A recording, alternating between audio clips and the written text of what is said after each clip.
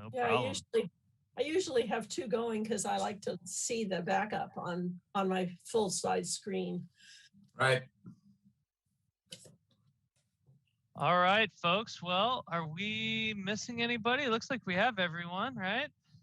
One of these days we'll have somebody from Cardiff. Yeah. One day. Well, we've got all of our standing members. So Abe, if you're ready, I can go ahead and start this meeting. Yeah, let's go ahead. Good. Okay. I will call the May 10th, 2021 meeting of the Traffic and Public Safety Commission to order. Amanda, can we do a roll call? Yes. Chair Brian Grover. Here. Vice Chair Marty Benson. Here. Mary Louise Schultz. Here. Michael Von Neumann. Here. Glenn Johnson. He's muted, but he's here. He's here. I see him. Okay. And Bob Prendergast. Here.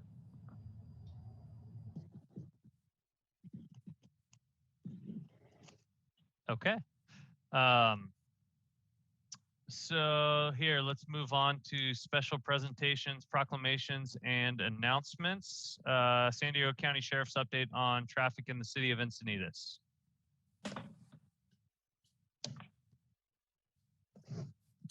Do we have Rob here? I don't think so. Doesn't look like he's here yet. All right, maybe we can, Okay. if he shows up, we can bounce back to that one. And I think it was our last meeting or maybe the one before that where we should have just asked him any questions and then let him go. So someone remind me to jump back to item 4A when Rob shows up so that we don't hold him all night. Item 4B, Traffic and Public Safety Commission Subcommittee updates. I'll give that. This is Glenn. Our subcommittee is now called, used to be called the Circulation Element Subcommittee, but the city seems to want to call it Mobility. So I guess that's the mobility element that we're working on. Here's our background. Our circulation element, as we have it now, is over 35 years old, and it's gotten rusty and patched. At this point, it's clearly broken. This is one part of our general plan, and a very important part, that deals with how people and goods get into, around, and through our city. This includes travel by buses, cars, trucks, also bikes, e-bikes, and foot traffic. I guess it does not include boats and helicopters or skateboards. Last year, the city council voted for a consultant to review the plan or to revise the plan. And on February 17th this year, they appropriated about $600,000. That's it, $600,000. A contract to WSP USA. The work is supposed to take about 2 years, and our city council and staff are now calling it our mobility element. And by the way, the city council has expressed interest in accelerating the work along the La Costa corridor. Of course, for the people who are just watching, Jennifer Gates is a principal planner for advanced planning and housing, and Evan Jadak is a staff planner in the advanced planning area who's picked up the ball on this, or been handed it.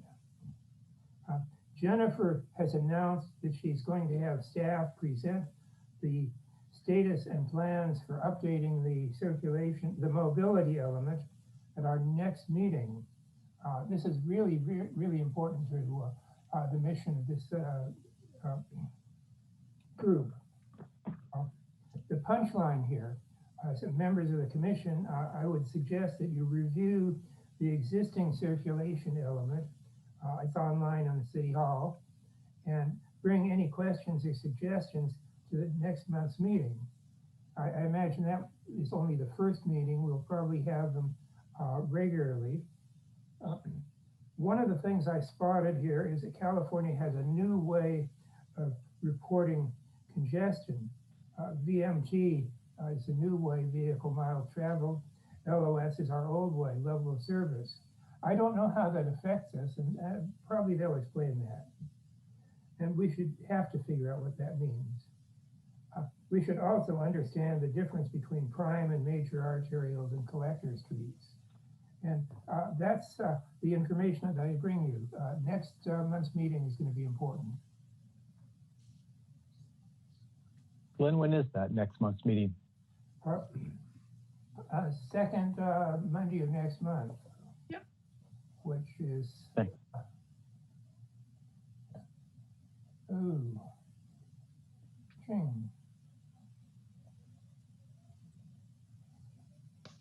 Which is June 14th.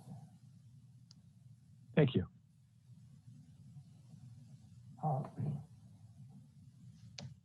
And I don't have any more information. You can ask questions, but I'm in the dark about a lot of the changes that they're planning to make, and we're going to change that.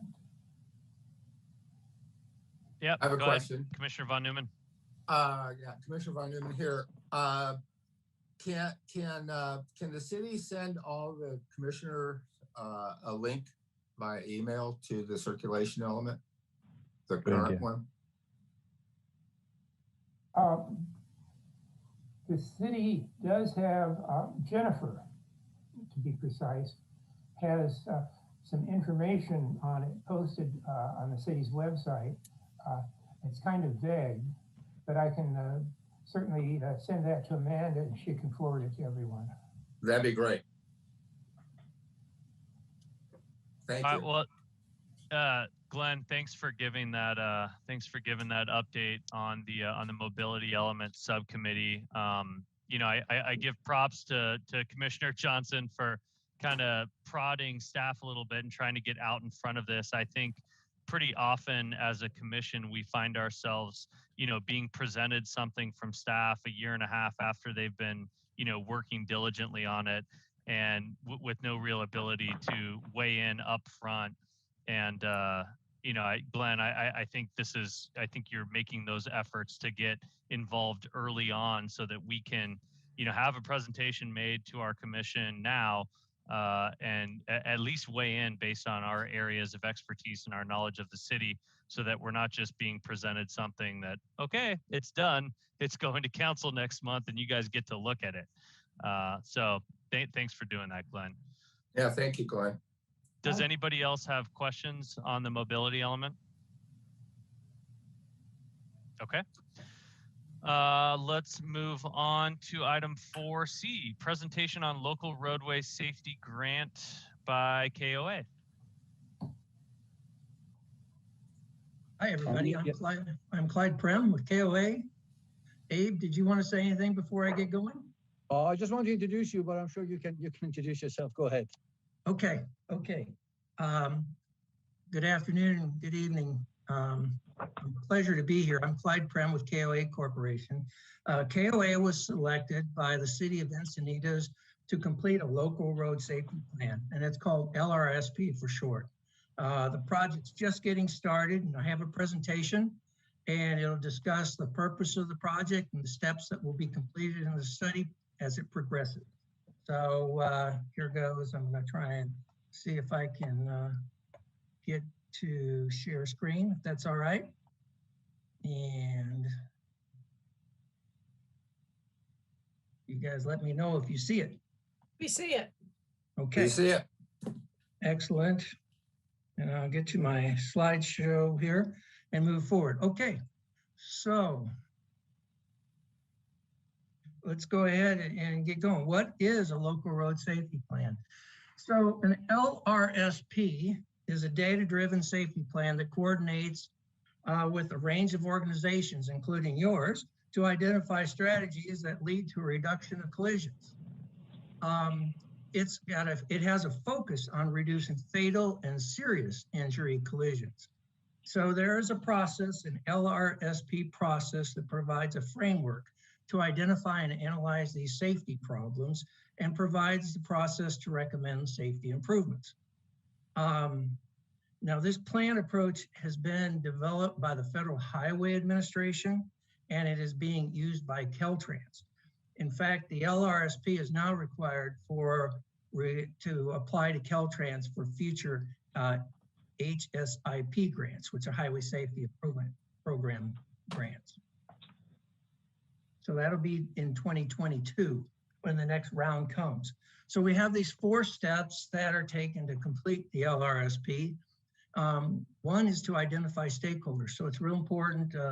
That's why we're here. One reason we're here tonight is to help identify stakeholders and make sure your group covers this, but there may be some others that we need to get with. I'll get into that in a second.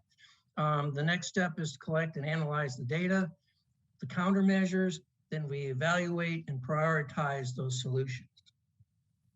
So stakeholders, outreach and engagement. We have outreach and engagement. The first step, we're seeking input from the stakeholders. We have these stakeholders like fire department, sheriff's department, school district, traffic engineers and planners, community interests, the traffic commission itself, and then we'll be presenting to city council. We're also going to get public input. You know, we're still in kind of a quasi-COVID situation, but we're looking to get develop a project website and put this information on the website. And then we put out a map and put a survey and we get input from the public from this website. So we'll be looking to post the website and get that out for everyone to see. So then that's step 1. Step 2, safety data. We are, now collision reports are prepared for each collision that occurs, and they're collected and tabulated into something called a statewide integrated traffic record system, which we call SWITRs. And it's a database that we use to produce the statistical reports. So to get a full picture of the collision patterns, we're using a 10-year record of data, 2011 through 2020. Let's see if I can get my cursor back here. There we go. So that we're going to look at 10 years, and the data is going to be used to identify prominent collision patterns and identify these safety emphasis areas. So we've got many measures. We're going to look at severity, type, cause, mode, bicycle, pedestrian, and vehicle. That little box there, that's a little tiny box showing the SWITRs data. It's very big. That's just a tiny piece, but it comes in this little data thing, and we put it in Excel and do the analysis with it. The third step then is evaluation. So we want to identify locations of high crashes and high severity. We're going to look at patterns for all the modes. We're going to look at the historical trends of type and cause, and then we're going to identify these areas of concern. So where there's the most collisions, where there's the most severe collisions are going to be the 2 prominent ways we look at the collision patterns. And I want to mention, we want to get back to you and present next time we get back to you. We'll have this analysis of the data, and we'd like to share it with you at one of your future meetings. So the next thing after we analyze the data, Caltrans has been very specific about what countermeasures can be used in what situations. And so we'll be looking at these countermeasures. The way they divide it up is we look at countermeasures for intersections, often signals or medians, for pedestrian safety, or bicycle safety, or mid-block segments. These are just some pictures. Sometimes with intersections, you're looking at signal timing, the way signals operate. You might be looking at medians, pedestrian safety projects. You've done many projects in the city already for pedestrian safety, and also bicycle safety projects.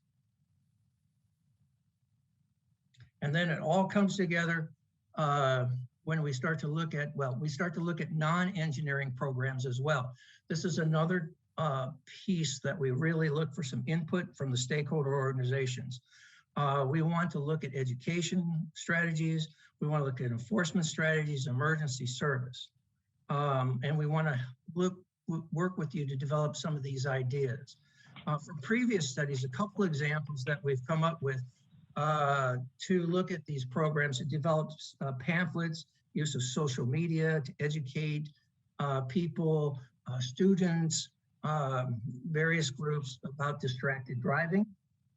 There's working with the Sheriff's Department to enforce locations such as speeding, or even we'll have data on where DUI collisions are happening. So we can work with the Sheriff's Department to do that. So there's an enforcement. So those are two examples, but we'll come up with a full roster of ideas for that and work with you on that. So it all comes together then on an LRSP report where we're going to document the previous steps. One of the things that happens too is we'll compute the estimated benefits in dollars from these strategies, and we'll compare it to the cost of the project. The projects that have higher benefit cost ratios are the ones that Caltrans likes to fund. They'll fund those.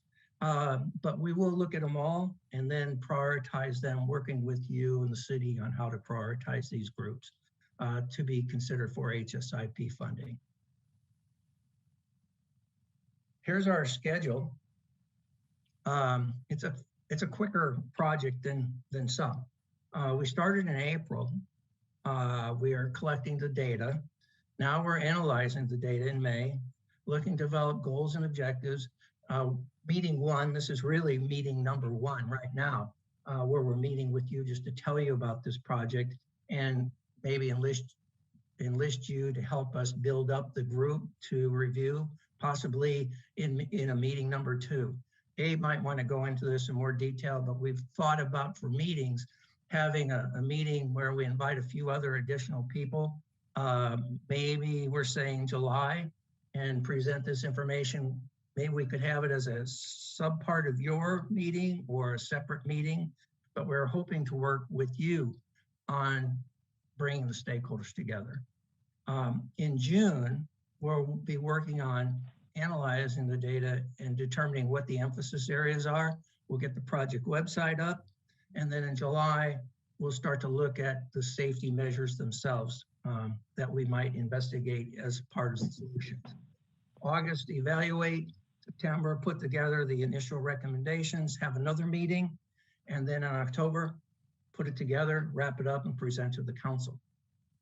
So that's kind of quick, but any questions, or Abe, if you'd like to step in and add anything, this would be the time. Otherwise, any comments?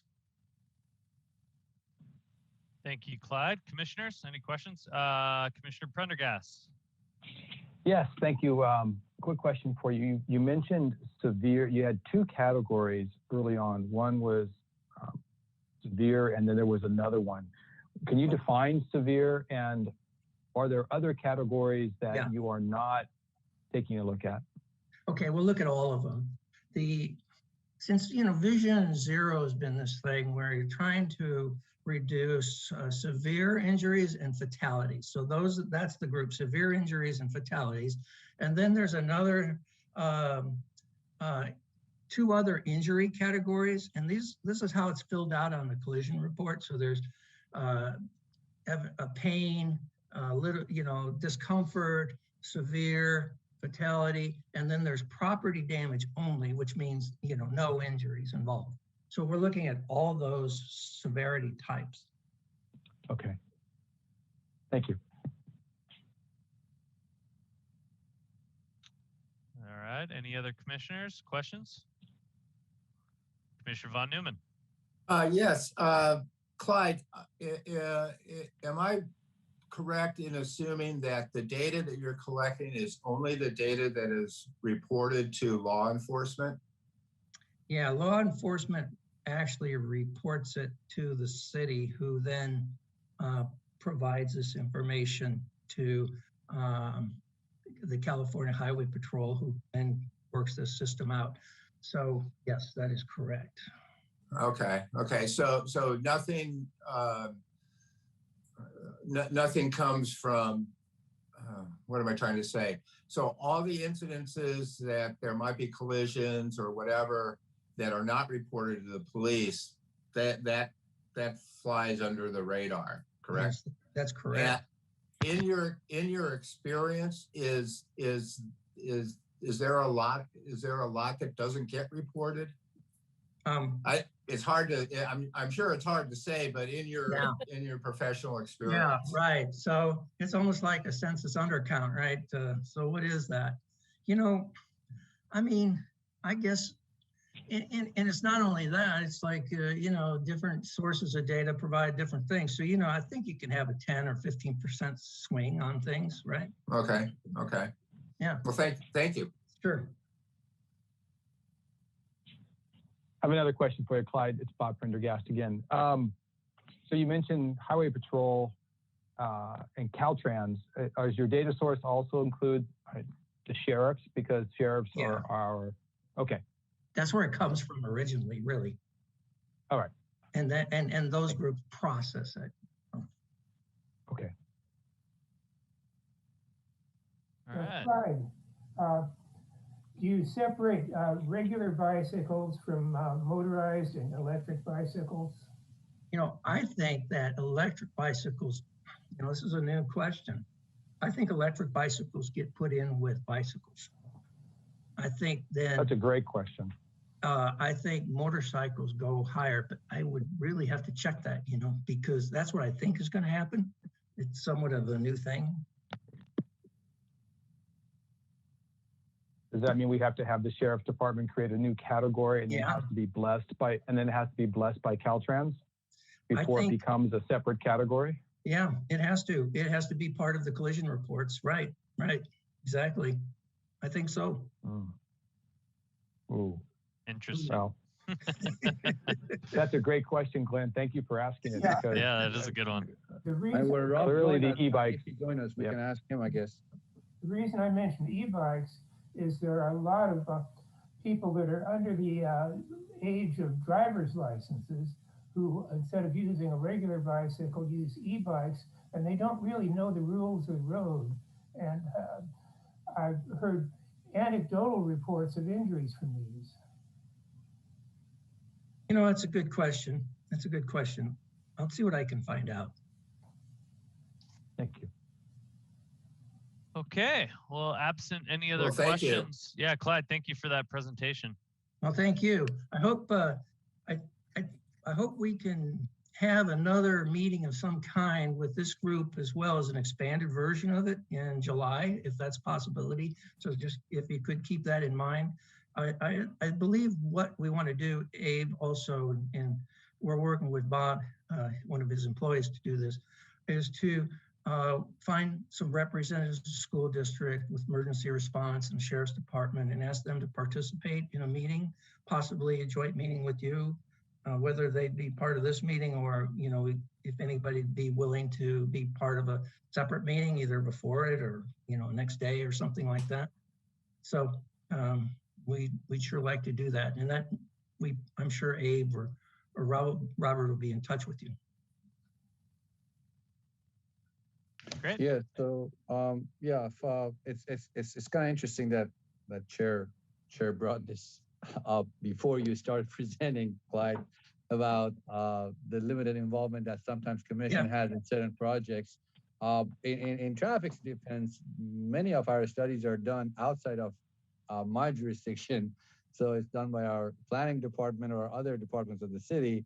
So my authority over involving commission is very limited, if any. And it kind of gets to, you know, what council's vision with regards to involving different commissions of the city is for those studies. But this one, the fact that it's our study, we did talk in our internal meetings commission with Clyde and Bob, our project manager on this, that it would be a very good idea to kind of use commission as a lead and bring in these other groups, other stakeholders to a commission meeting. It can be one of our regular meetings, maybe the majority of it being dedicated to this topic, because I do know safety is a very important, sensitive topic for the commission, or else it can be just in a special commission meeting mid-month, another day in another month, that we just focus on this project and bring in other stakeholders. And if we want to discuss different aspects of the project or different topics, Clyde would obviously have to guide us through that meeting with regards to what we want to achieve and what the questions that we want to answers are. But that's how we thought the chart, the table that he showed you in the end of his presentation is how we want to keep the commission involved, and at least at three milestones along the process, we want the commission to weigh in and provide us input and direction on how to proceed. So yeah, if you have any ideas or if any suggestions about, this idea of working, continuously with the commission, if you think it can be done better or differently, or if you have any ideas on that, please let us know. Okay. Thank you. Any other questions for Clyde before we let him go? Okay, well, thanks again, Clyde. We appreciate it. I've got to figure out how to stop sharing. That's the only thing I got to do. Hey, there we go. You got it. You got Okay, it. we got it. Okay, thank you. All right. Have Okay. a good evening, Clyde. Bye. All right, so that brings us to, and we still don't have the sheriff's department here, right? I don't doesn't see look him. like Okay, then I'll keep going. Item 4D, traffic engineer updates on safety and mobility projects citywide. Yes, Chair. Thank you. Abe here, city traffic engineer. Although we're on video these days, I think I don't need to introduce myself, right? Amanda, are we streaming the video online, or is it still just the audio? Yep, it's video online and also on, I think the YouTube channel, the city's okay. YouTube channel. We got fancy. Okay. All right. My regular monthly updates. Development project citywide, as per usual. We did share this with the commissioners. If there are any questions about any other projects, feel free to let me know. If I know the answer, I will. If not, I'll ask Bob, who is in charge of our development review process, to contact you or provide an update on the next meeting. You can also contact myself or Amanda too, if there's anything that you want discussed at a future meeting. Item number 2, the South Coast Highway 101 improvements. So as you recall, we wanted to do a bunch of things there, replacing the bollards with the standard bollards that we had on our plans. Apparently, I don't know. I think we did talk about this. A couple of months back, we noticed that the bollards that were installed on the cycle track were not the correct size that were on the plans. So the contractor was contacted and they were ordered to replace them with the correct size. And we've been waiting for those to arrive for a couple of months. COVID made it very complicated. Apparently the plastic that they used was not available anymore. Anyway, long story short, after several follow-ups and a couple of months of wait, they finally arrived. And now we're waiting for them to be replaced. Our contractors also, they have a time for going out and fix those bus stops that were removed and basically continue the cycle track by adding those extra wheel stops and bollards needed at those 2 locations. So the work is planned. We do anticipate, I think, first week of June.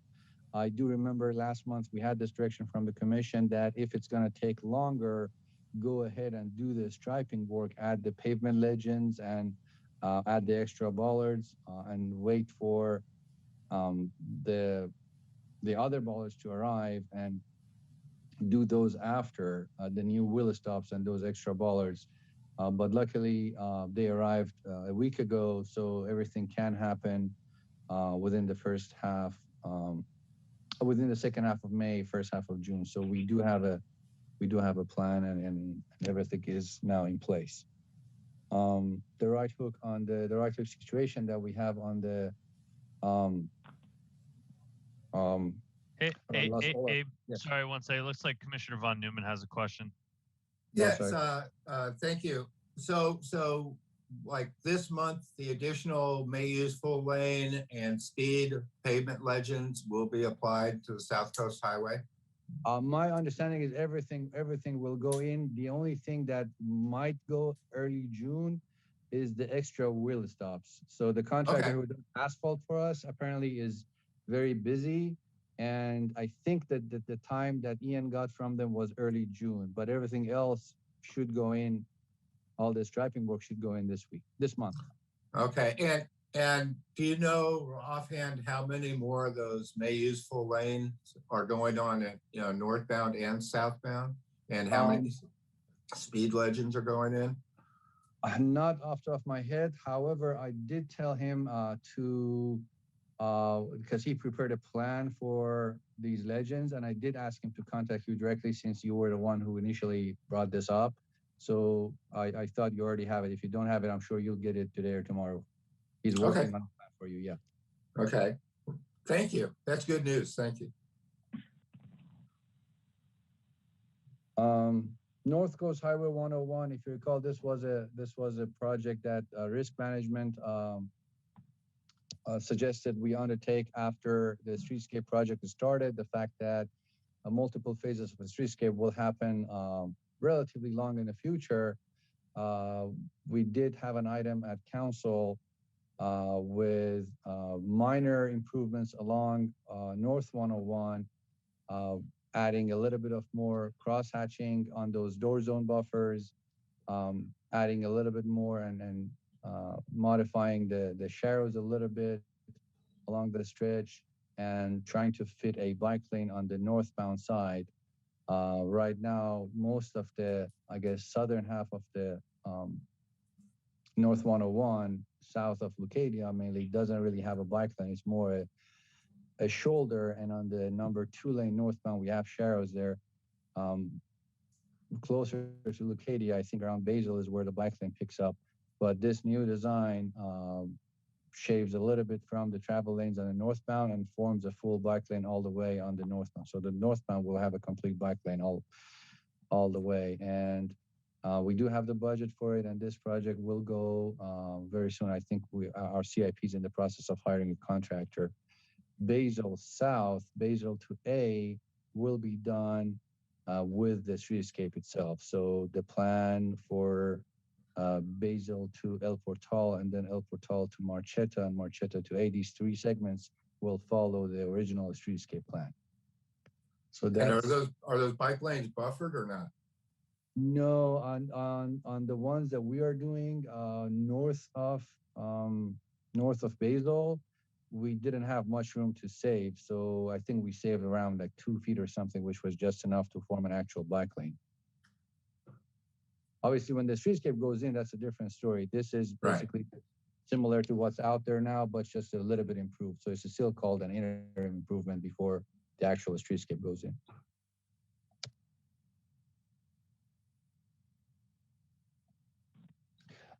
Item number 4, the current ASIP project. So our ASIP list is getting a little bit long, so I thought I added here as a standing item and provide updates to the commission. So our Z Crossing project, so this has been a little bit silent last, I would say 18 months, because OMWD, Olivenheim Municipal Water District, had a pipe replacement project on El Camino. So we couldn't slurry and repave El Camino and do our striping project. So with their project almost complete, and the city itself having a repaving project on El Camino, so basically the whole stretch between Encinitas Boulevard and Olivenheim will be new and fresh asphalt, and we're doing our new striping project there with the lane narrowing and a buffered bike lane. We did have initially the bollards there on those buffers, but restricted funding, the bollards are now taken out, but hopefully at some point we can find the money and bring back the bollards. But the striping plan does have traffic calming in it. There is a wide buffer and the bike lane is getting wider. So it's going to be a good project for El Camino. With that, when it's done, then we can go in and do our Z Crossing project between north of Encinitas Boulevard and south of Molina. There is a small median island that I think we presented this to the commission around 18 months ago, that we're forming a pedestrian signal that would allow people cross mid-block, basically at a location that currently doesn't have any control for the shopping center on the right, to get from the Chase side to the shopping center on the west side of El Camino. The design is final. We are submitting the RFA package to Caltrans to get funding for construction. It's around $500,000 of federal money that we're using to build that. We have 4 signal modifications in the city that we're adding left turn protection. The design on those is 95% plus. We will go for getting money for construction from Caltrans. If the locations, if I'm not mistaken, one is Encinitas Boulevard at Vulcan, one is Vulcan at Lucadia. The other one is the Scripps Hospital entrance at the Vons Shopping Center, and the fourth one is Quail and Lucadia, I believe, if I'm not mistaken, or is it Quail and Encinitas? It's one of those. Yeah, those 4, the signal designs are finalized, and we have to submit the package to Caltrans to get our construction money. Another one is a $700,000 grant that we have from the feds to update, I think, around half of the lights in the city, the traffic lights, the safety lights that we have, convert them from old LPS, HPS lights that we have to LEDs. We hired a consultant. They're coming with a standard for what kind of a light to use in different roads of the city, depending on the volume of traffic, width of the road, speed of the road, type of development we have around those roads. And that will be used as a standard for the future of the city. So wherever we want to add a new light on a new road, we know what kind of a fixture we can use. The design money is covered by the grant, and also the construction money, which is basically purchase and install of those lights. There are, I think, 7 major corridors of the city that are included in that grant. And the 3 new grants that I mentioned last time that we just won, we're in the process of accepting the award from Caltrans, and then start doing the design. Obviously, on those, commission will be involved. The phase 2 of the cycle track, north of Chesterfield, between Chesterfield and Swamis, the citywide signal upgrade, the $1.3 million upgrading the citywide signal system and all the crosswalks and the push buttons. So it's an overhaul of all of our signal controllers and all of our crosswalks to make almost all of them high visibility, which is a very good project for the city. We also have 2 other AC projects that our CIP is handling at the moment. Those are 2 pedestrian signals that are incorporated into the streetscape design. So that's why our CIP is handling those.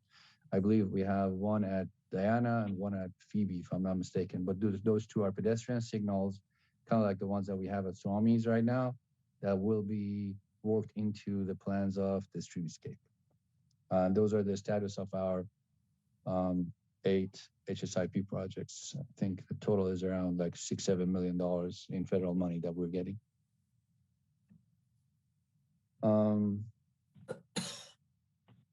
Number 5, the Vulcan and La Costa improvement. So this has been long in the process through the help and advice of commission. Multiple items was brought to commission, and it's finally came to fruition. We are presenting it to the city council on the 19th. So it's a combination of 3 items that was discussed at various occasions at the traffic commission. I think we had like 3 or 4 items during the past year or 15 months on this.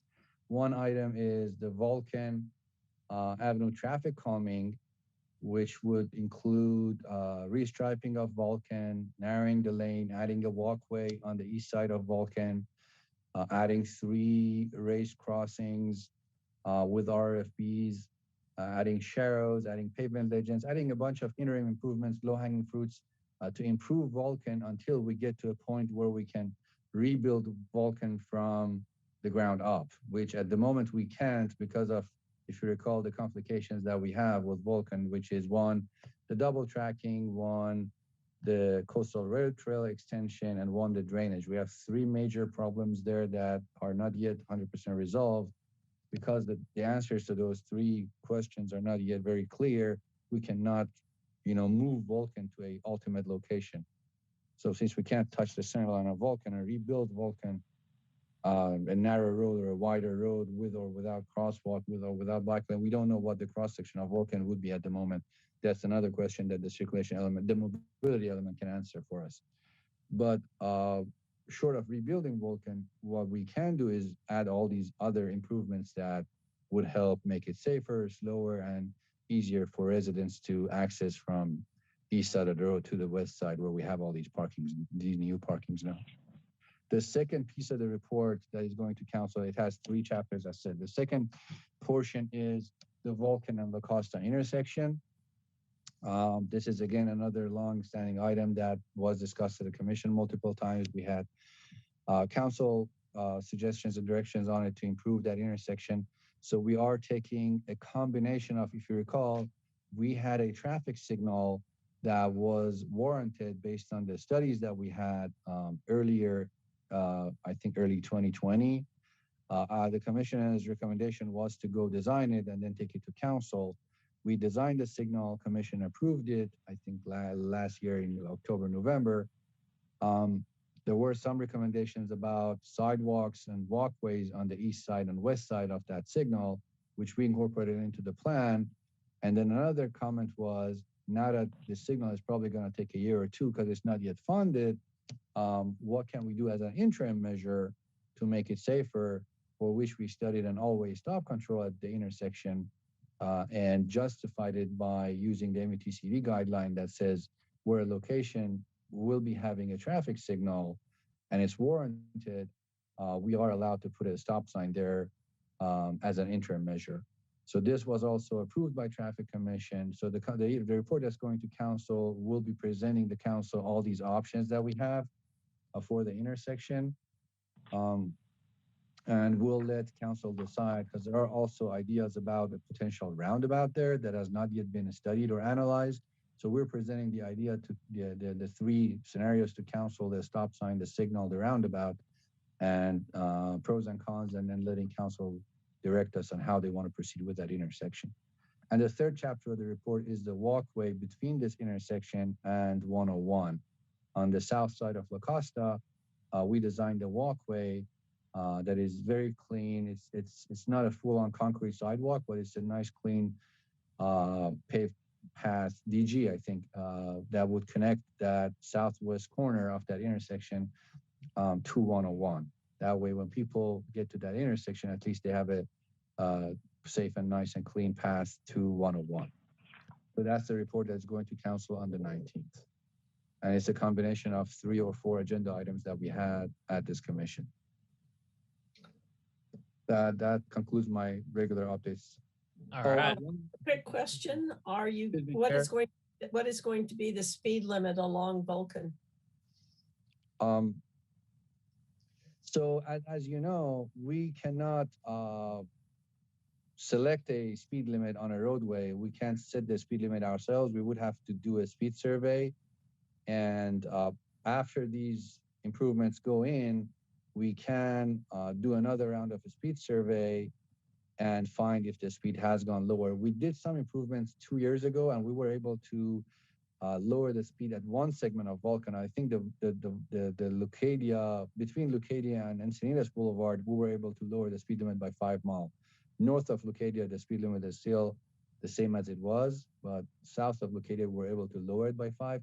But after these round of improvements goes in, we can redo the survey and see if we can lower the speed limit again. Another note is that we have an item today that talks about a very great possibility that I think it's achievable. It's a bold move, but I think it's achievable, and it can help Vulcan. You know, that is a different route, but that can help us too. We'll talk about it when the time for that agenda item comes. On this item, I forgot to mention something. I was tasked last time to provide some input to the commission about how the money that was paid by the hotel in mitigation fees used on La Costa. And I promised that I'd do some more research. I did find the amount of money that was paid last time, but I didn't find the exact projects. So when I did a little bit more due diligence and I checked with our budget analysts and our seniors, what I found is there is a Muni code that basically, I brought it with me to read it. It basically says that the mitigation fees paid by different development projects are not, and it's a Muni code and it's a council resolution, are not supposed to be spent directly within the vicinity of that development project. Now, that doesn't mean that it's not going to happen. It just means that there's no mandate that the money paid by a development project is exactly spent on that roadway that it's on or within its neighborhood. When I checked, apparently the justification is that when the code was being written, the concern was, what if we're getting developments in, a specific location of town or a specific neighborhood of town, and we're not getting much development in other areas of town, and that way we won't be able to use these mitigation monies in other areas of town.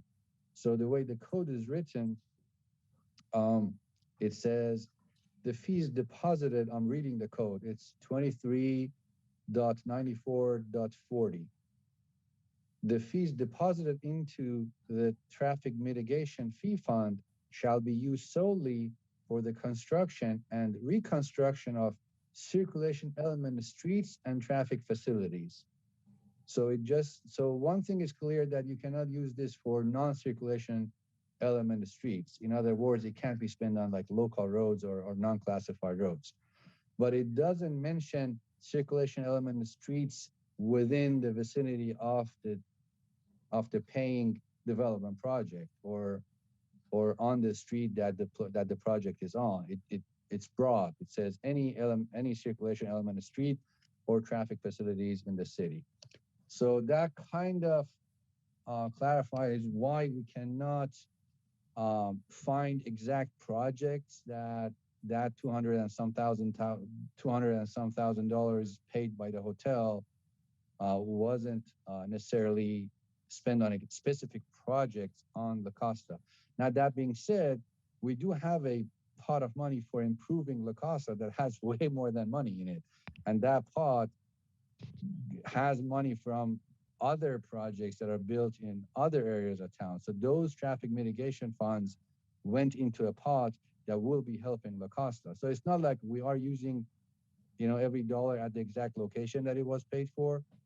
The money is being spent in other areas of town, but every neighborhood is helping every other neighborhood per se. So to be able to pin down where the actual dollar is almost impossible. Okay, thank you, Abe. Commissioner Prendergast. First of all, thank you, Abe, for that due diligence on the code reference. Clearly, it's vague enough for the city council and others to use the money where they feel it's necessary. And you're right, it's one big city, and monies and impacts from one location impact the entire city of residents. So thank you for that. I very much appreciate it. Question for you on 4D number 1. In the agenda packet sent by Amanda, there were 3. There was 516 La Costa Development, 2nd Street Mixed Use, and Quail Drive Subdivision. What about the project planned at the Goodson site at Levenheim and, Encinitas and Rancho Santa Fe, or the Widener Garden site? Where this list seems a little thin. Is there another list that's on the planning agenda that I should go to reference additional developments that are going on that will have traffic impacts? When I discussed this with Bob, I think what I told him, based on my understanding from what the commission has tasked me with, was to just put the new items, the ones that are just being started, that the commission might not know about or might not, because the idea was like, we hear about these development projects that we don't know what they are. So I think I asked him to just stuff that are new and just coming to the city or being started. The ones that are ongoing or are almost in the process of being approved or being denied or being challenged. I don't. The list would be too big. I agree. If we do that, I mean, the number of development projects at a certain time that are ongoing in the city, I would say there are at least 15, 20, if we are counting on projects that are more than 4 or 5 units. So we can do that, certainly. We can make that list longer. If commission wants to have updates on ongoing projects too, to know what their status is, if they went to planning commission, what the concerns were, what happened, what the challenges are, we can certainly make that list longer if that's the commission's direction. Well, I would. I mean, I look back at the April, and there's 3 on there. There's one on Melba. There's Santa Fe multifamily. There's Clark Avenue. You know, these projects, they ebb and flow. Clearly, there's a lifeline of each one of these projects, a timeline that once they're, you know, they get going and they slow down, they pick back up again. It's kind of hard to keep them all straight. And clearly, you know, I'm not looking at 2 or, for my purposes, I'm not thinking, you know, 5 or 6 units. Like, for instance, on today's agenda, there was demolition of, like, you know, to do 8 lots. That's not as important as 300 or 400 units that are planned in the Liebenhain. So that's a concern of mine. So I do think I would find it very helpful to just kind of keep track of what's going on. And I guess I can go to the agenda, but if Bob can help us, that would be great. It can be a simple Excel spreadsheet, and we can always follow back up with someone later if necessary. So I would find it useful. I'm not sure about the others. Thank you. Got it. Okay. I'll try to make it better next time. No, it's great. No, it's on here. I think the question is just keeping a rolling list going. That'd be great. Understood. Yeah. Thank you. Get it right, Abe. Come on. I didn't say that. No, I agree with you, Commissioner Prendergast. You know, some of these projects there's 3 projects shown on this list. I know 2 of those have been going on for a really long time. So it's hard for, I think, us and therefore the general public looking at these agendas to understand why was this put on this list now versus earlier or later, and what happened to the old ones. To the extent that we can create some sort of cutoff, like Bob talked about, and we don't care about the stuff under 10 units, but these big ones, let's keep them on the list and maybe even put red dots on a map. And, you know, we can track the ADT and just, as the Traffic and Public Safety Commission, be tracking all of those. I think it's a fair comment. Thanks, Brian. Thank you. Commissioner Von Neumann, I think you had your hand up, your virtual hand up as well. Yep. Abe, I appreciate all the information and all the work that you and your vast staff do. And I know it's a big job and everything, and I really do appreciate all your efforts and all. I did want to circle back to a couple of things. Let's see, when you're talking about the HSIP projects, I know with the restriping of El Camino Real, I think the plans that I saw showed the number 3 travel lane at 11 feet. And I was under the impression that in Encinitas, we're trying to keep travel lanes at 10 and a half feet. And if that number 3 lane is at 11 feet, we're losing half a foot or even a foot that can go into a bike lane and a buffer. So I don't know if those plans are still there. I don't know. You know, like I said, I thought it was the city's intention to keep the lanes at 10 and a half feet. So that's just a comment. Well, that's a good catch. I do believe that we once had a design at 10 and a half.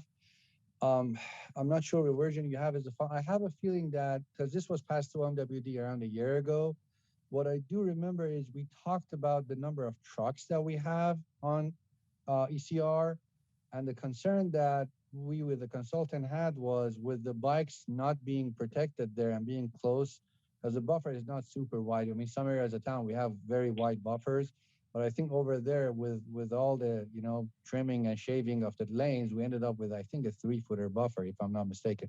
Some areas 4. So it's not like a super wide buffer. And we thought because of the larger trucks that we have on ECR, it might be a better idea to keep that outer lane at 11 so that they have some flexibility. You know, all those, you know, delivery trucks that we have over there, and also the big trucks that sometimes decide to bypass, you know, 5 and just use ECR as a parallel route. I will double check that and confirm to you via email. I feel in the end we ended up with that stretch at 11 feet because of that truck concern that we had. Okay, But well, general policy is 10 and 10 and a half.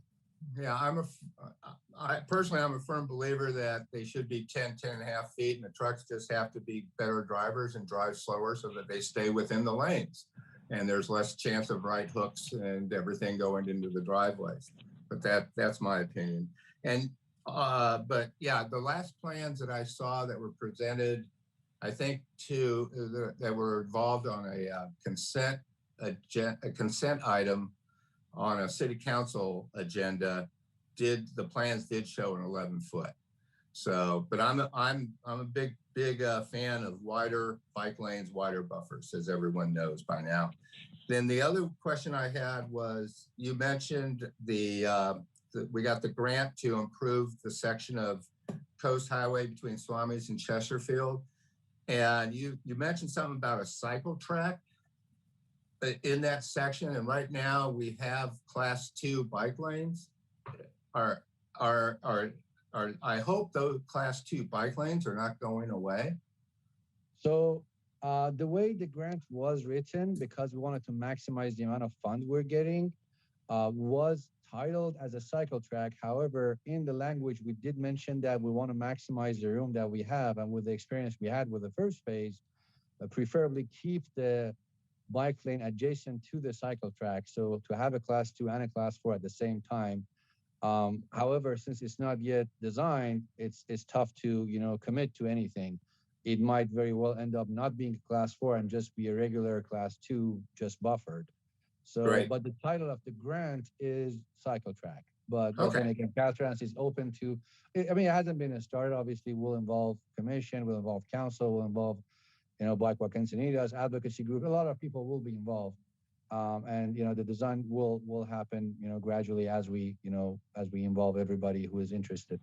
But just the title of the project, the way we got that 720,000 is by providing the idea of a cycle track to Caltrans. Okay. Well, hey, if a class 2 and a cycle track can be side by side, that's pretty good. But definitely don't want to lose class 2 lanes that we already have. Thank you. Okay, thank you, Commissioner. Anybody else have questions, comments for Abe on item 4D? The only thing that I wanted to bring up related to these kind of updates, I think we discussed this in our last meeting, the removal of the stop sign at Marchetta and Coast Highway. So that's been out for maybe, what is it, Abe, a week and a half or so, 2 weeks maybe? Correct. I've been going through that intersection at least once a day and have a pretty good sense of how it's operating. And in the off-peak periods, it's manageable. But during the peak periods, especially if there's a vehicle parked in front of Juanita's Taco Shop, there's no visibility looking south.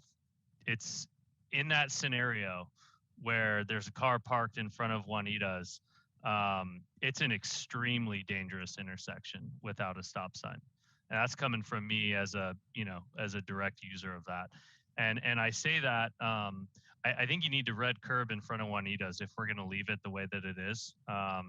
It's very difficult to navigate that intersection. You're trying to poke the nose of your car or your bike or your scooter or whatever you're on out far enough to see past that parked car. And by the time you do that, you're getting T-boned by a car coming from the north headed southbound. We'll certainly evaluate it. Okay, great. That's all I had. Okay. Item 5, oral communications. Amanda. Mary Lou. Before you go on, I've been seeing the sheriff's name flashing on my screen. Bob, somebody. Is he here? I think that was a staff member, Bob Goralka. Okay. I'm just kind of watching because I don't want him to sit there and wait for nothing. Yeah. Okay. Thank you for looking out. All right, item 5, Amanda, did we have any public speakers? No, we don't have any public speakers tonight. Okay, thank you. So we'll move to item 6, approval of minutes. Approval of the minutes from the April 12th, 2021 meeting. Do we have any questions, comments? Motion to approve? Move to approve.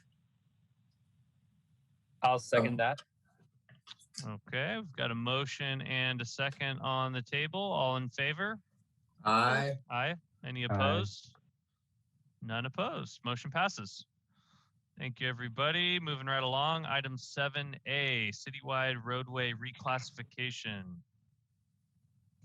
All right. Thank you, Chair. Abe Bannigan here. Amanda, can you share the report? So this is again something that has been on our log for a couple of months. I did have some meetings with our risk management team and our consulting attorney. A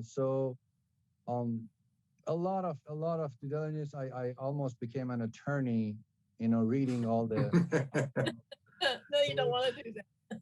guidelines and languages, because the thing is, I don't want to get any credit or make this look like very important or anything. It's just something that hasn't happened. I don't think anybody has done this with this intent that we have. When I go through it, it becomes more clear. So because we have some new commissioners, to give you an idea, council has long directed us in its annual goal setting meetings and in other occasions at different council meetings that we want a traffic calming approach citywide that would somehow lower the speed limits in the city. And like the response I provided to Commissioner Schultz, our response as a traffic engineer is always the same. We cannot set a lower speed limit arbitrarily or at our discretion or our own using our judgment. The California law, the federal law is we have to have a speed survey that justifies that speed limit. Now, there are codes that would allow us not to do a speed survey and set a speed limit. And this is what it's all about. We are trying to find a way to justify a legal lower speed limit at certain roadways that is enforceable and would stand in court without actually conducting a speed survey that would lead us to a 30 mile, 35 mile, 40 mile per hour speed. That being said, I did bring all the codes and I mean, I did go over these with our risk management team. It's not yet at 100%, but I think we've got to take a leap of faith and just proceed with this and see what happens in court if it gets challenged. Obviously, there are like 3 major steps. I'll go through the steps during the report. If commission blesses this, my next stop would be the city council. And then there are 3 more stops before this becomes something that we can actually implement. The idea is to utilize this thing called the prima facie speed limit of 25 mile per hour. The prima facie speed limit is basically the speed limit that you set on a roadway without a survey that says people have to abide because this is the safest speed. If you go to the next page, Amanda, there is a table that METCD has. That's the speed. So these are the standard applications of 15, 15, and 20, and 25 that you can use as prima facie at certain roads. And METCD does allow us to, on local roads, use a 25 mile per hour road. I didn't put the complete code, those 3 dots that you see on the report, the code 22352, means that I kind of butchered the code and just brought the piece that was relevant to our conversation. So this one says that we can use a 25 mile per hour on a roadway that is a residential or a business district. And what is a residential or business district, I did bring the code about it further down. The residential district says you have to have a certain number of residential units within a quarter mile. And the business district says you have to have a certain percentage of your frontage on a roadway belonging to businesses. within 600 feet or something. So I think it's 50% within 600 feet should be business. And then the residence, I think, is 13 or 16 residential units within a quarter mile. So does that mean we can and make any road that meets that criteria that can be justified as a residential district or a business district 25 mile per hour? We have a lot of roads in the city that the road is all residential. Adjacent to it, there are all houses. Or we have areas like downtown or El Camino Real even, that everything, the frontage of every property, they're all businesses. So does that mean because they meet this criteria, we can just go post 25 mile an hour in downtown or El Camino Real because it's a business district, or on Vulcan or San Alejo, the way Commissioner Schultz mentioned, can we just post 25 and say this is a prima facie 25 because it's a residential district? The answer is no. Why is no? Because there is another code in CVC called the speed trap code. The speed trap code says, I'm not going to go through it, but the short story is a roadway that is on the California roadway system map. If Rob was here, he could elaborate a little bit more. There is this map that the state has that, technically speaking, this road is made by MPOs and Caltrans districts that shows all the roads that people in the region use. And they're not local roads. They are roads that everybody in the county can use, and they're not specifically meant for local jurisdictions. So these roads are, I don't know how to put it, they're roads that the whole system uses. And the California Vehicle Code says you cannot use the 25 mile per hour prima facie on roads that are on that map. So your Vulcan Avenue, your El Camino Real, your downtown might meet the definition of a residential district or a business district by those calculations, by saying we have this many residential units within a quarter mile, or we have this many businesses fronting the roadway within this many 100 feet. But because those roads are on that state map, you cannot use a prima facie a speed limit of 25 on them, or it would be a speed trap and the tickets would not stand, because those roads are considered, I don't know, region serving people and not just your local. So Amanda, if you go to the next.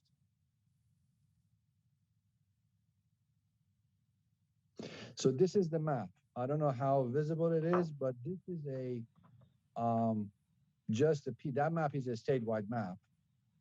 So the definition of the business district and residence district, if you want to read it, it in detail explains how many, what the percent, like within a 600 feet, 50% should be business.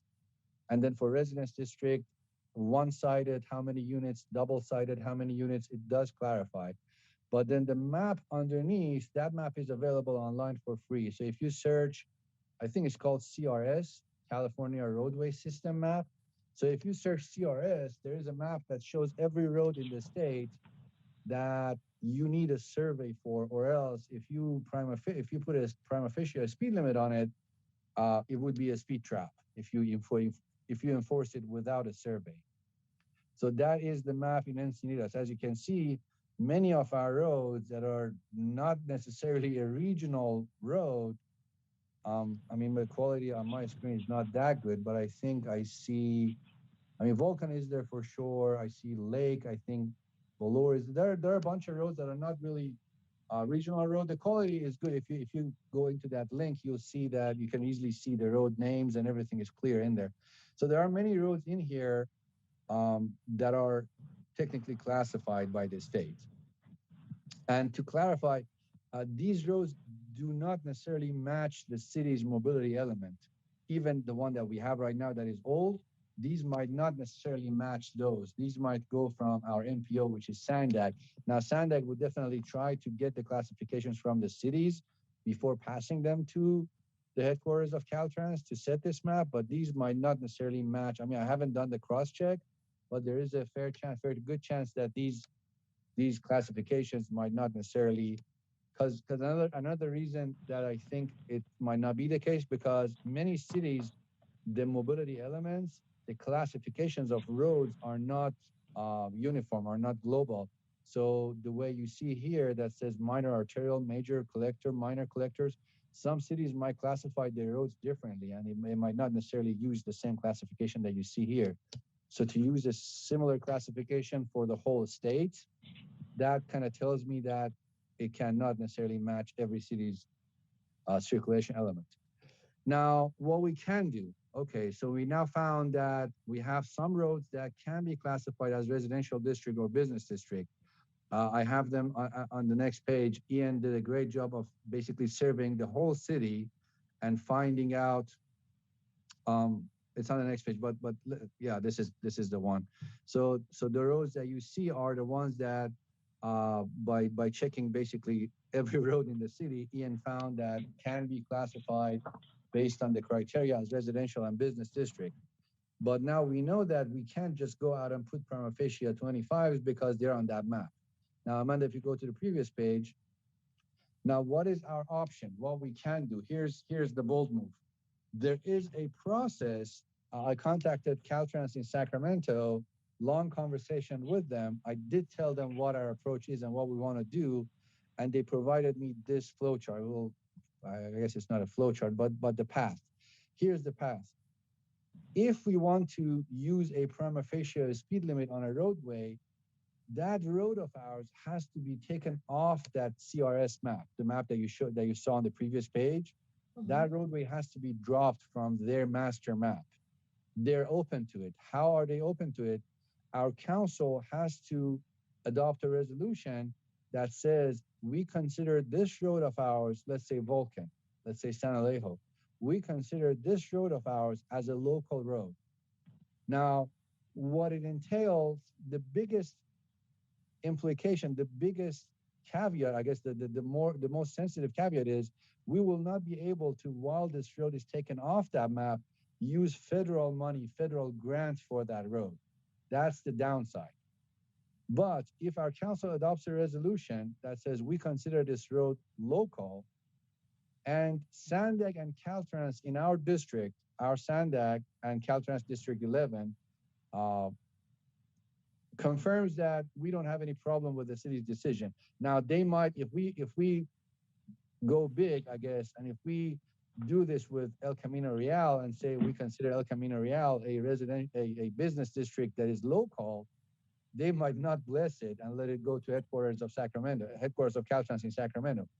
But if we do that with Vulcan, if we do that with parts of La Costa, if we do that with San Alejo, there is a good chance, I talked to a few folks at Sandag and Caltrans, there is a good chance that if our council adopts a resolution says we consider Vulcan and San Alejo local roads that are mostly serving our own residents, they're not regional roads, it's not like somebody going from Solana Beach to Carlsbad would use San Alejo or Vulcan. Let us declassify those. Let us take these off of the state, California roadway system map. If district blesses it, at Sacramento, it's a slam dunk. If it's blessed by Sandag, that our mayor is now the chair, and if they're blessed by the district, Sacramento will immediately, within 2 weeks, I'm told, take the roadway off of that state map. And as soon as that road comes off that map, then we can implement the prima facie 25 on any road that comes off that map. Now, I hope this did not confuse you. I tried to, but this is like 6 months of data gathering in 10 minutes. So I guess if I was confusing, it's not. But yeah, feel free to ask me. This is the path that I see. Again, it's a very bold move. I don't think any other cities has done this, to reclassify their roads just for the purpose of implementing prima facie 25. But legally speaking, it is doable. Now, if it's gonna pass our council with the caveat of, hey, if we do this, that road will not be able to get federal money. That being said, I've also been told by my friends at Caltrans that some cities have changed their minds. They did this for another purpose, and then there was an opportunity for a federal grant, and then the council adopted resolution reversing the previous resolution and put that road back on the map to be able to apply for federal grants. So it's not impossible. It's just a downside that we have to be aware of when we're making this decision. Again, it's a bold move, but you saw the maps on some of our roads. It certainly gives us a very good opportunity. La Costa, San Alejo, Lake Drive, Balur. Many of the roads were there, so I don't remember all those, but yeah, we certainly. My idea was, if it's blessed by commission, maybe start small, just to learn the process. We certainly don't want to go to Sanday and Caltrans with a list of 20 different roads. Maybe start with just by Balkan, or maybe just by San Alejo. Go from there, or any other road. La Costa might be a big push for the first road to start with. The fact that it connects, the freeway to the beach. But I think Vulcan and San Alejo are good roads to start with. But again, I'm open to any other idea that the commission has. First of all, I'm done with presenting this. If there are questions about what I said, please ask. All right. Thank you, Ed. Commissioners, questions? First of all, I have to say this is absolutely brilliant, and I don't have any questions. I think that we need to follow through. I think you've really done a fabulous job there, Abe. Very good explanation. I'm really a happy camper tonight. I have a question. Well done. Yes, I second and third that. On the map that you guys have put, that Abe, you put together with the 1, 2, 3, 1 through 9, have you guys, since I'm fairly new, have you prioritized is this a list of properties or areas that are the most dangerous and the fastest based on the prior data, maybe from last year or the year before? So if in fact number 1 and number 2, are those the areas that the commission feels and the engineering department feels that are most dangerous, so that need to be adjusted? No, have you guys set priorities yet? No priorities. I think what I asked Ian to do was just to kind of sweep the streets in the city that, just based on our judgment, felt like would qualify, has that number of units or businesses, at their frontage, and then do the math and find out if it meets the criteria or not, and just put it on the table. There's no priority. Thank you. I've got a question. It's Commissioner Benson. Maybe I'm just missing this, but on the map, I don't see La Costa between 5 and Coast Highway classifiable as a residential, just on the color-coded map. It's not on 1 through 9. Did you say that it is potentially changeable? I initially thought it was. If it's not on the list, I would have to double check. I thought it was, but maybe he did another round of calculation and find out it wasn't. I thought it was. Yeah. But okay, yeah, I'll check. That seems like a big swing to me. And as you know, I'm a bit radical, and this really, I want to echo what everybody else says. This really excites me. The notion of, like you said, going with that segment of El Camino Real, which is really like a north-south thoroughfare for every other city, seems a little extreme. And so, I mean, maybe someday we can explore that option, but I love the idea of starting with Vulcan and San Alejo. And I definitely think that, whatever you've gotten in terms of a temperature check from them, if it's better to just go with a couple of streets first, then I think that's what we ought to do, and maybe start right there. I'd love to know whether La Costa, because I think the La Costa moving forward is going to be, a bunch of people are very concerned about that road being widened potentially someday down the road, and I know that people are driving pretty fast on it right there, so that excites me too. My other question was, do you have any indication of, you gave us sort of the theoretical timeline for when they would take us off of a specific road off of the statewide map? Is reinstituting it onto there? I do have, as happy as this prospect makes me, I do have some reservations, especially, considering how much federal money we have been able to secure for projects around the city, will we be able to theoretically reinstate these roads just as quickly as we're taking them off of the map? Well,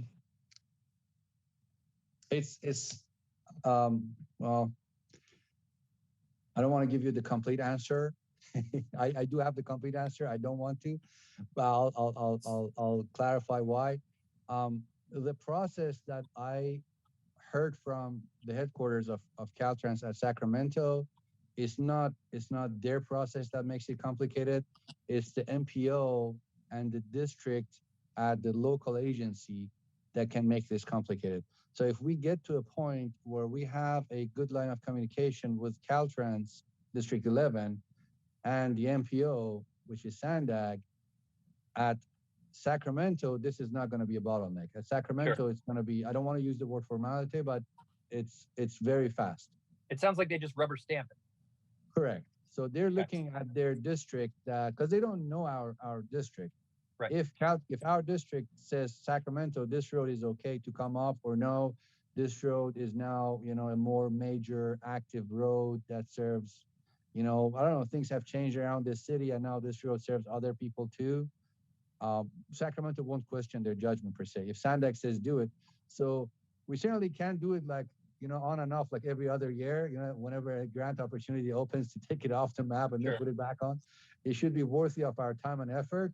But it's doable to not give you a complete answer. It's just don't be worried that much. It's doable. Okay, cool. Sort of, and what I'm also sort of hearing in terms of this like second part of that gamble is we have some leverage at the MPO right now that we might not have some day in the future too. You got it. That's a good point. Okay, cool. Thanks. This is great work. Glenn Johnson here. Abe, thank you. Let's go Vols on this and do it. Yeah, I mean, we got to see how it. First we have to go to council and see if council, how much they want to take it. That's why I want to take it slow. I certainly don't want to take the 10 roads at the same time to Sandag and MPO, and maybe start with a road or two, and then there are a few steps. First stop is council, the next one is Sandag, and then Caltrans. The last one is the easiest one, but we have 3 major stops. Commissioner Von Neumann. Abe, thank you very much, you and your staff, for this effort. This is a bold move, and I commend the city for taking it. I have a couple of questions. Marty already asked about La Costa. Velour Drive seems to be a real important road because we've had a lot of input in the past from citizens and residents along Velour wanting a 25-mile-an-hour speed limit there. So I think if we're going to prioritize, then we should also include Velour. I do have a specific question about El Camino Real between a street called Calle Ryan, which is, I don't know, I'd say it's about where the Lux Art Institute is, I believe, but it's El Camino Real south of Calle Ryan to Manchester. Right now, the speed limit is 55, but there's a new senior housing coming in there. There's 2 churches, there's a school, there's a memory care, there's a floral business. And so I don't know why, I don't know if that specific segment was looked at, but I think that might warrant another look. That's our section of our road, the highest speed limit in our community. And there's a lot of development on there, a lot of residences, as I said, business, and now senior housing. So I don't know why that didn't make the list, but I think doing something like this is, as we've said, is a bold move. I think we also have to consider the timing of it and also the communication with the public. I think something like this could be very controversial among the general public. And so if the council approves doing this, I think we also somewhere along the line, some entity really has to give some thought as to how it's going to be communicated. And that involves like sharing why is this being done, emphasizing it's being done to increase safety because high speeds, injuries or collisions in high speeds cause the most damage to people and property. But I can see a lot of people upset if all of a sudden these new speed limits pop up. So I think as part of going forward, the city really needs to think about how it's going to be communicated and what can we do to get buy-in from the general public. I'm sure people traversing our city from La Costa, San Elijo, they probably aren't going to like this very much. But if our residents understand what it is and they support it, then I say we should go in that route. But I think this is a really great example of proactive engineering, management, and study. And I'm very excited about this, and it's one of the reasons why I've gotten involved in the Traffic and Public Safety Commission. So excellent work. Thank you and your staff very, very much. I think you've made a good point, Michael. And as I look at the map on my computer, numbers 1, 2, 4, and 5 are all parts of school zones. There's Pawlecky Central, there's a preschool on 1, there's a school near number 2, 4 is Bellore, that's Ocean Knoll, and 5 goes down past the Encinitas School District farm. And there may be a school right at 3, but I'm not as sure, I'm not as familiar with that area as I am those. But I think if the public understands that those are all where children are riding their bikes and more children are riding e-bikes, it becomes more important that that be a slower 25 mile an hour area. Yeah, Commissioner Schultz, number 3, I think, is what a lot of residents in that area call Cardiff Track or something like that. It's right next to an elementary school, and people just zoom down that segment. So. Okay. Oh, I have been past that. Oh, yeah, that is a school area. Yeah. Thank you, Brian. Yeah. Okay. Any other commissioners? I'll weigh in and just kind of second what everybody else has said. Abe, great job here. I think, you mentioned this earlier. This is a lot of kind of crafty information that you dissected for us. It does make sense. I think you presented it well, the pros and the cons and what we need to be careful of.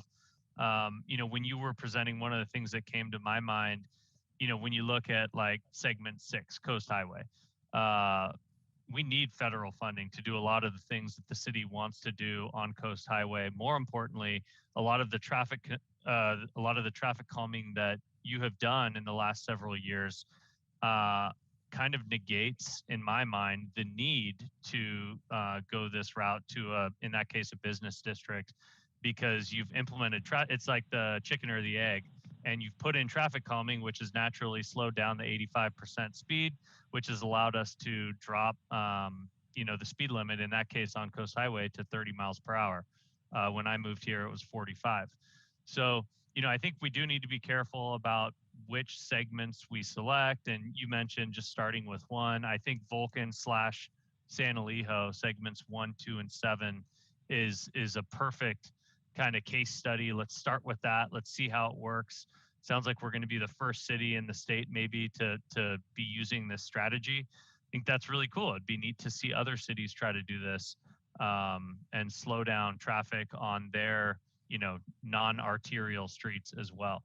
So with all that being said, and with everything that my fellow commissioners have said, I'll go ahead and just throw a motion out there that we support city staff in establishing Vulcan Avenue and San Elijo Avenue from La Costa to Chesterfield as a residential district for the purpose of traffic calming.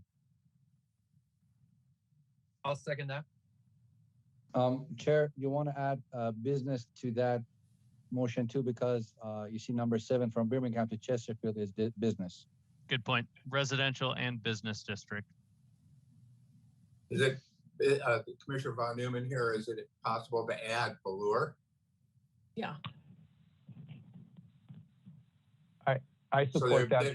I there'd think be- the concern about the schools is important. Yeah. Yeah. So I don't, I support that. I think if we're going to add Velour, we might as well add, 3 and 5. All, like, why not pick off all the school, right? Like we can't discriminate one street segment next to one school. There's 3 of them that we're looking at, segments 3, 4, and 5. We either bring them all in, or we say we're doing a case study just on Vulcan and San Elijo right now. And if it works, we go through this, relatively short process again on those 3. Would Yeah, you be if- able So to Commissioner, motion to have all of the green ones on your motion? Yeah, it would I, be- if I don't know if what you think about is, I personally feel like Chair said, since we're one of the, if not the first city who's doing this, I personally feel like it's better not to create such a major, big list of changes, not to make them sensitive. By them, I mean, all these agencies that would have to, bless this. So, and I myself, I have to, make a lot of connections and contacts, and, I to find the process, if there's going to be meetings, if I have to write reports for them. I don't know the implication of what the process will be. I mean, that chart that Caltrans sent me just says, get those guys blessing. Does that mean that Sandak will ask me to hire a consultant and conduct a traffic study there? I don't know. So to Chair's point, I think it's better to start small and then learn the path and learn the process once. And then we can, if we learn it once and it, goes easy, then we can always, do it again. Okay, so That's your one of motion, the your motion is for 1, 2, and 7, Brian, is that correct? That's correct. It's one corridor, basically. And I think you have a second. Yes. Then let's vote on it. Okay. We've got a motion and a second on the table. All in favor? Yes. Aye. Aye. Any opposed? None.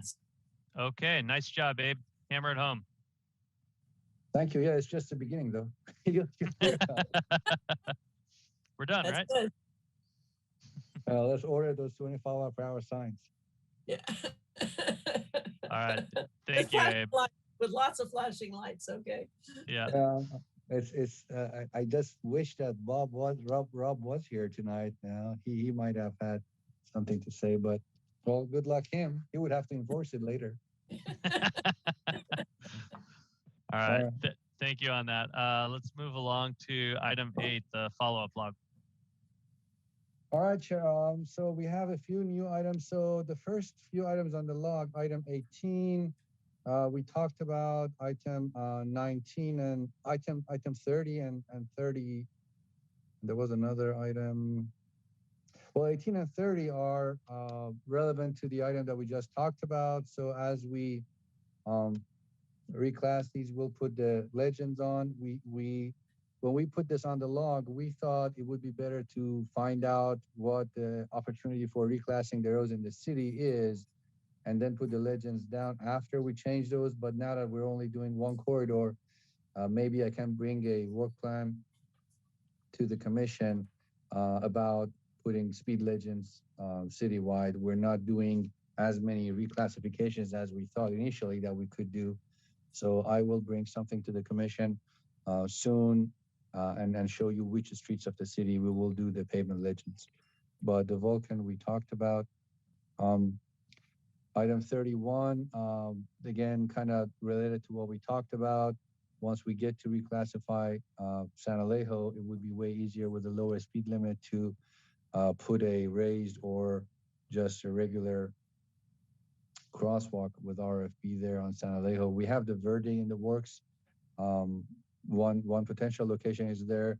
This was supposed to be another location, maybe at Cornish, but because of the design of that fork over there, we were a little bit hesitant in pursuing that crosswalk there. But we certainly, after this reclassification, have a better opportunity of evaluating this. Item 33, the mobility element update, we did have it during the first regular updates. Commissioner Johnson updated the commission. The cycle track I also mentioned about what we were planning on doing. The e-bike policy, we didn't talk much about it. I do know that another subcommittee is formed or being formed to regulate, to come up with some sort of a city policy. I'm not much involved. I will ask for regular updates from our Park and Rec director. And I do know that there is a meeting scheduled to talk about this, to how we want to create a policy for the city. There's not much progress at the moment on this. I'll update commission next month. The crosswalk at La Costa and 101, I will bring it to commission soon. I did talk to the consultant. We can study that for a potential diagonal crossing. Again, I can't say if it's feasible or it's beneficial, but I did talk and we're getting a quote to see how much the modeling would cost us. Item 37, revising NTMP is on my plate. One of my homeworks, I have to bring it back to commission. Item 38, the crosswalk evaluation. This is the item that was initiated by Commissioner Von Neumann about the new crossings at various locations of the city. So to clarify, because I had a few emails with Commissioner Von Neumann, so I need some sort of a direction from Commission on this. So we have two ways of tackling this. One way is like the other items where it becomes our homework and we take the time to conduct the analysis and we would bring it to commission with our recommendation, and commission gets to, review and approve or deny or provide input on. Another way is like the way council does it when it becomes a commissioner initiated item or a council initiated item. At that point, the staff doesn't get involved. The item was presented by the commissioner and then commission gets to vote on it. And it doesn't need to go through the process that we regularly go. So Commissioner Von Neumann, in this case, can present the item to commission and then directly pass it to council. If you recall, I think the only person that was here at the time was chair, where Commissioner Degger brought that item about the A280 facility for our bikeway system. So we have this opportunity that is in our commission's procedures that a commissioner can bring an item to the commission. So Commissioner Van Neumann, I don't know if you want to weigh in. Was your idea for you to yourself present this to commission, or was it to just leave it on the log and then we bring it back once we're ready? Commissioner Von Neumann here. My understanding was that to get something on the agenda, it needs to be a commissioner initiated item. My hope is that by proposing these and asking for this to be on an agenda item, that staff would do an analysis of it, and then we would get a staff report and perhaps a recommendation one way or the other, and some details about what is involved in putting those in, things like the cost, what types involved. So, and it also gives if it's on the agenda, it also gives members of the community an opportunity to comment, weigh in on it. Whereas I don't think that is the process that the community can come in and talk about the follow-up block. So maybe I misunderstand the process of both of those, but it was not my intent to present something to the commission. My intent was to have the city staff present this issue to the commission for our approval or not, and then hopefully send it to the city council, who would also approve this. And the whole reason for this is to slow traffic down on these areas, especially with the summer coming up and the increase in traffic. Right now, the South Coast Highway, even though it's posted at 35, anybody who drives it or rides it or walks it knows that the traffic is going, a lot of the traffic is going much faster than that.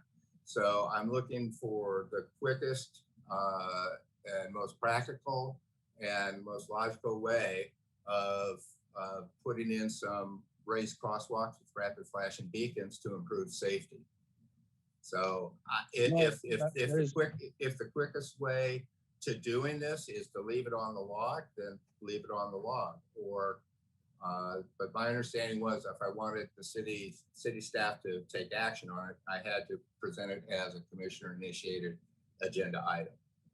No, that is correct. Like the first one, like item number 18, it was a log item, but today I presented an agenda item for it.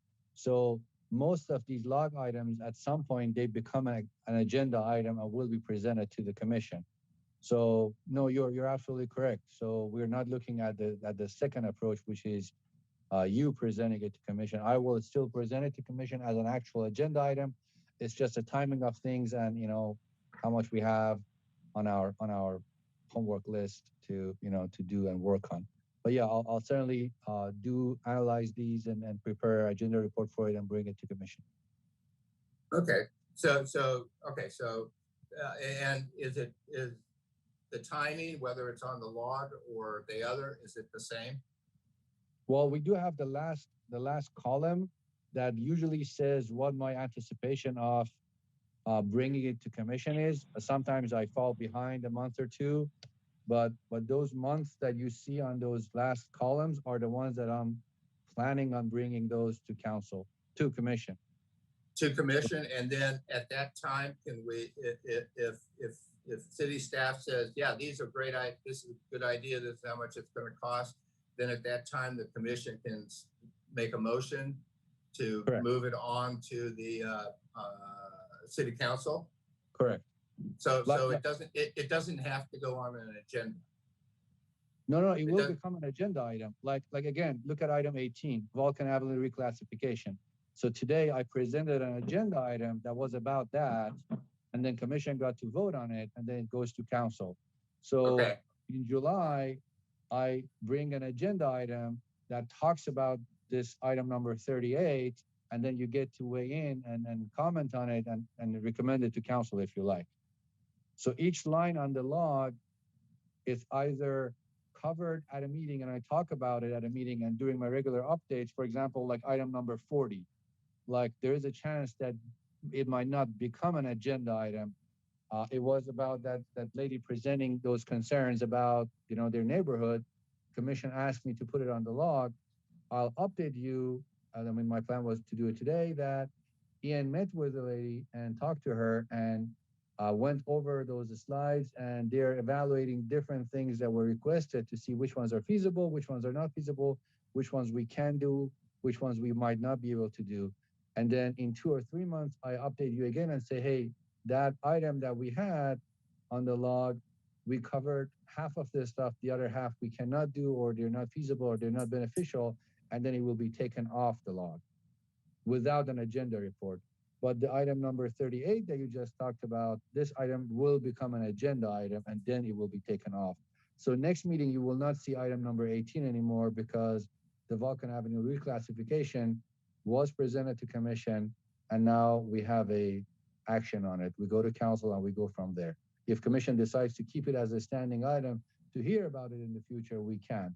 But my job for the item number 18 is now done. Is it clear? Okay. So you'll see an agenda item for this specific row, for row number 38, you will see an agenda report. Okay, I appreciate that. Thank you. I think the only one we didn't talk about was 39, which today you heard about. So you will hear about the LRSP more. Okay. That's the log, Chair. I'm open to questions if there are any. Okay. Any other questions? Okay. Let's move right along then. We've got Commissioner Corner. What do people want to talk about that we haven't talked about yet? This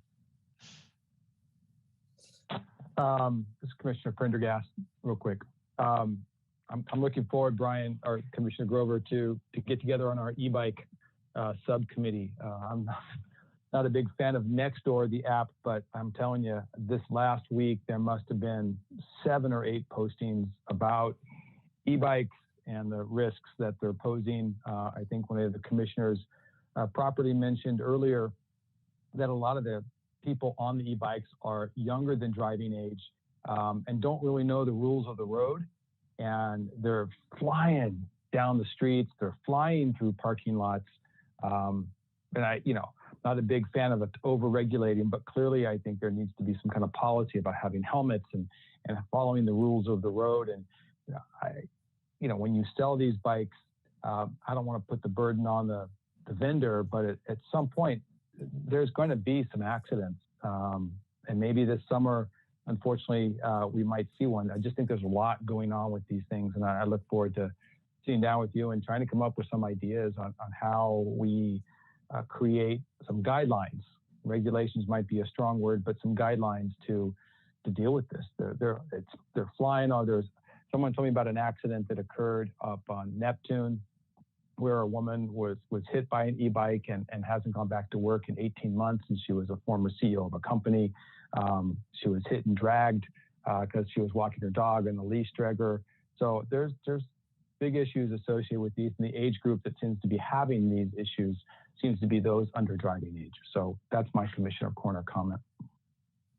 Yeah, no, thank you, Commissioner. You guys have heard my rant from several months ago about all the kids that are, biking around my office building and kind of no regard for folks that are driving on the roads, or really no understanding of how folks are driving on the roads. And it's been a little bit of, I think it's probably a little bit of a dilemma for all of us, where we're excited to see kids on bikes. At least I can say that.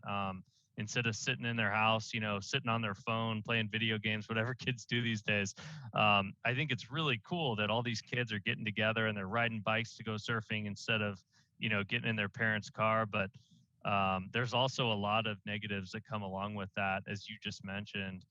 And, I hope to not be so pessimistic, but expecting some sort of one-page sheet out of the city of Encinitas, which is probably what we'll, move towards as part of this subcommittee. It's really got to come from their parents, and something bigger needs to happen to tell these kids to not be biking the wrong way down the street at 30 miles an hour, blowing through a stop sign.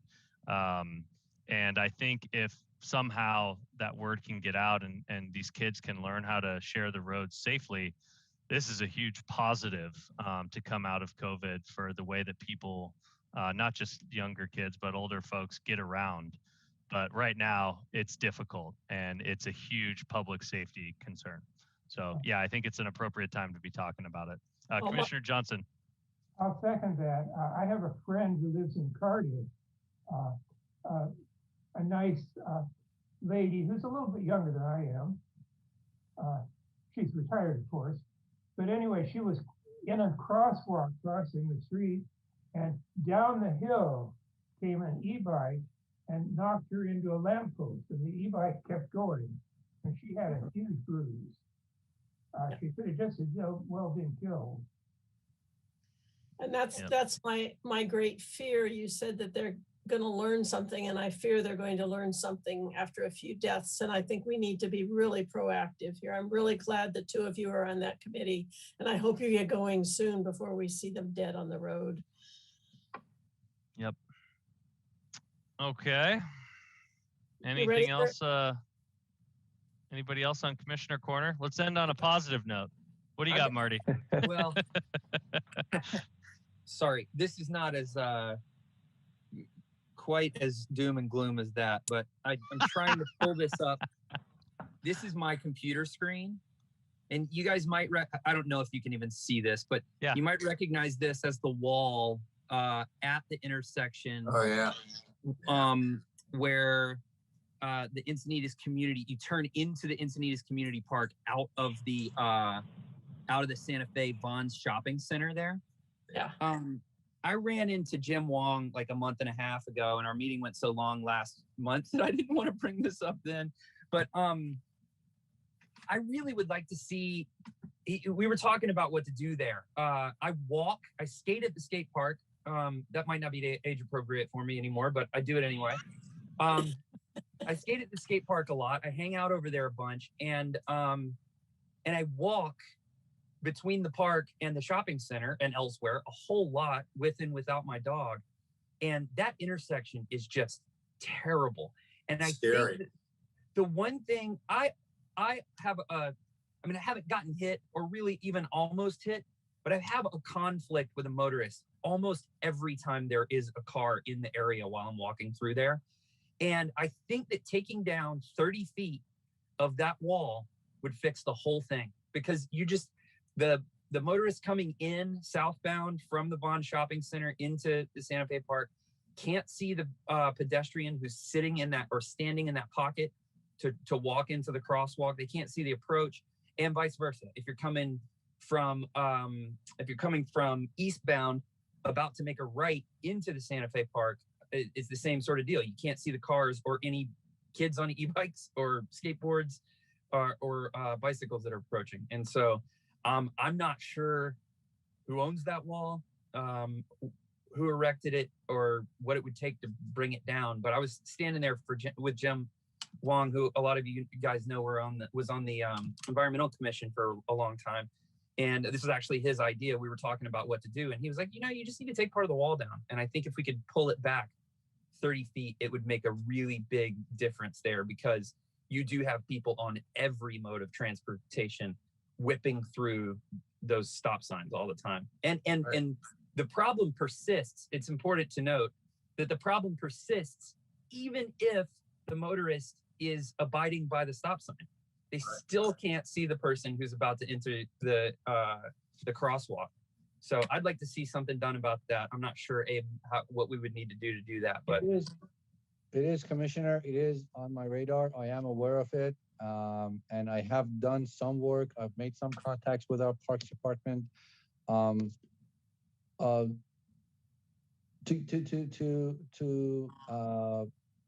To clarify the story of that, apparently from what I've heard from the planners, again, I'm doing more due diligence. What I found is that wall is specifically mentioned on the EIR, and that's what's making it a little bit sophisticated with regards to what we can do with that wall without jeopardizing the whole environmental clearance situation. So I'm trying to figure out, but we are aware that the traffic team is aware of that issue there, and there was the conversation about putting one of those mirrors, the domes that would kind of show both sides, but our risk management did not agree with those mirrors because they're not a standard traffic control devices. They could have helped a little bit, I guess, but again, to reiterate, we are aware, we are working on this. Hopefully I can update the commission soon about some sort of an action plan on it, but we are aware. Awesome, thank you. Thank you. I'm not a skater, but I was walking. I was walking there last week, and I thought, this is really scary. Nobody can see this little old lady walking along here. So thank you for bringing that up, Marty. Commissioner Von Neumann here. I have a sledgehammer. I can meet you at midnight sometime. But, there you go, a little midnight move. Yeah. I go to that park a lot. My wife and I go there a lot to watch the skaters, and yeah. So maybe there's some additional signage, some painting of the road, just something to make it stand out. I know a lot of people complain about all the signage, but hey, if people don't have brains, maybe signage is the next best thing. But I agree with you, Marty. Yeah. Can I continue? I have two things, and I'll be quick. I'm sorry.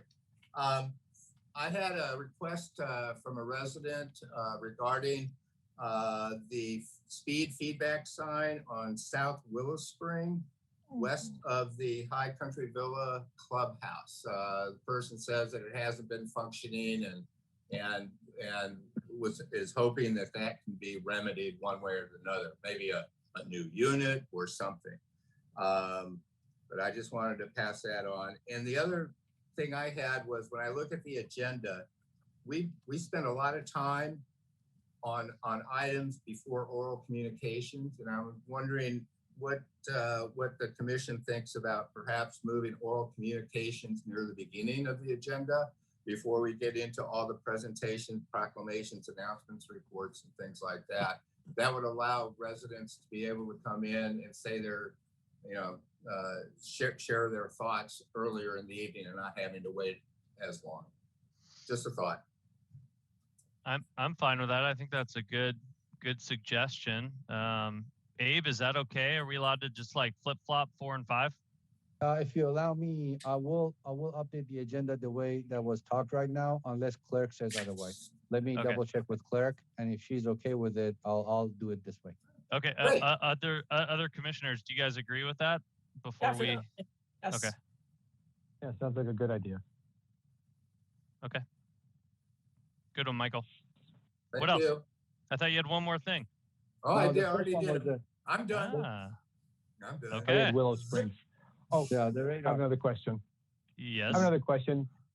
Abe, can you give a quick update on Rancho Santa Fe Road, the traffic commission? I mean, is there a next step there on, I mean, I know the roundabout has to be studied and planned for, but what about the calming of narrowing the roads with the bike paths along the side? Does that have to do with Trail 82 that goes from basically the town hall to the 7-Eleven? Is there an update just on the timeline there? Yes. So I think it was presented to commission around 2 months ago or something, if I'm not mistaken. The Yep. report is going to council. It's not yet reviewed by the city manager's office, so it's not yet 100%, but it's on council's tentative agenda for the 19th, together with the Vulcan and La Costa. So that night will be a relatively long night for me. I'll have two big items on the council agenda, but that is on that night. And the report, as commission have seen it, will include a bunch of different things. Will include those 9 scenarios that were evaluated by the consultant about different traffic control measures, signals, roundabouts, stop signs is staying, stop signs being removed. Those scenarios and the preferred scenario from the task force Right. is also presented. The second piece of it is all these signing and striping modifications, the narrowing of the lanes, moving the lanes toward east, closer to the trail, and then opening Right. up, I think 8 or 10 feet of space on the west side, depending on the width of the road.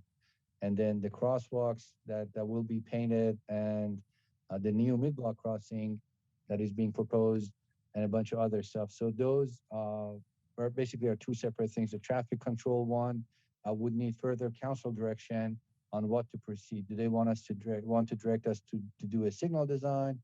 Do they want us to do a roundabout design? Do they want us to do nothing? That would have to be coming from council. And on the second one, which is the lower hanging fruit per se, the signing and striping modification and the crosswalks, that's also a different thing, because that itself would cost around 100, 150. So that's something that, again, council would have to, green light and provide us the budget for. But that is on the council agenda, to tentative agenda for the 19th. Thank you. Okay. Anybody else, or should I move to adjournment? Second that motion. Okay. We've got a motion and a second to adjourn. All in favor? Aye. Aye. Any Aye. opposed? None. Yeah. I'm waiting for the day that we have people opposed to adjournment and what to do in that situation. Hasn't happened yet. All right, everyone. Thank you. Have a good evening. Thanks, Be y'all. safe. Thanks, Be everybody. safe. Thank you, Be Ed. well. Thanks, guys. Thanks, Abe. And Amanda. Thank you, Amanda.